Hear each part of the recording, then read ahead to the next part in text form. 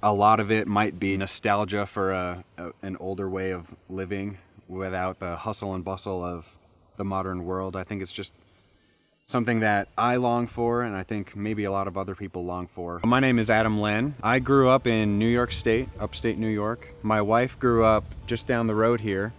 After kind of roaming around a little bit, we decided to come back and plant some roots. We bought this piece of land, which is about 2 acres, and have since just started making it our own with a pretty big garden, a bunch of chickens and some rabbits and bees. Bees have always been something that's kind of intrigued me. I had the opportunity to watch somebody catch a swarm, and I was just totally fascinated by it. I think you just kind of have to read the bees and what they're doing, understand their relationship to the weather, and know when is a good time to get in there and when is not a good time to get in there.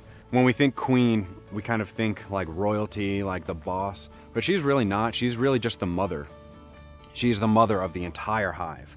Without her, there can be no colony. Everybody else in the hive decides what else happens. They decide which size comb to build, whether to build comb that will hold the drones or the workers. They're the ones who take care of the bees that hatch. They're the ones who go out and get the nectar and pollen and water. There's a lot of different reasons why the bees are struggling.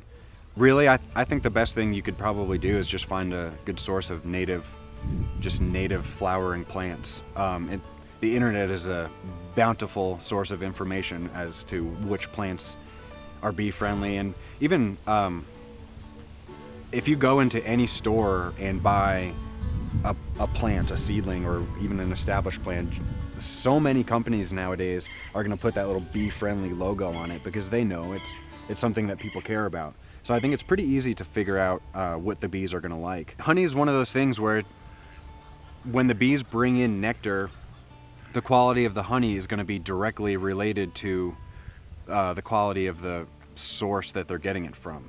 So our bees right now up in their hives are bringing in whatever's available here. So it's pretty much all wildflower at this point. There's some Russian olives up the hill. There's some mesquite all over the place. Just kind of whatever they can find. So that's going to be true wildflower honey. That's going to be a good representation of what's around this area.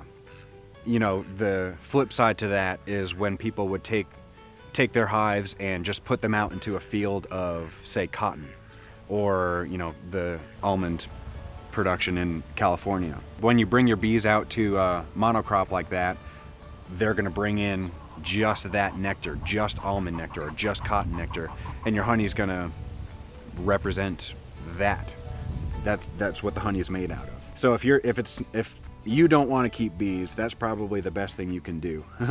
And support your local beekeeper, because they're working with your local ecosystem, your local plants, to bring you honey.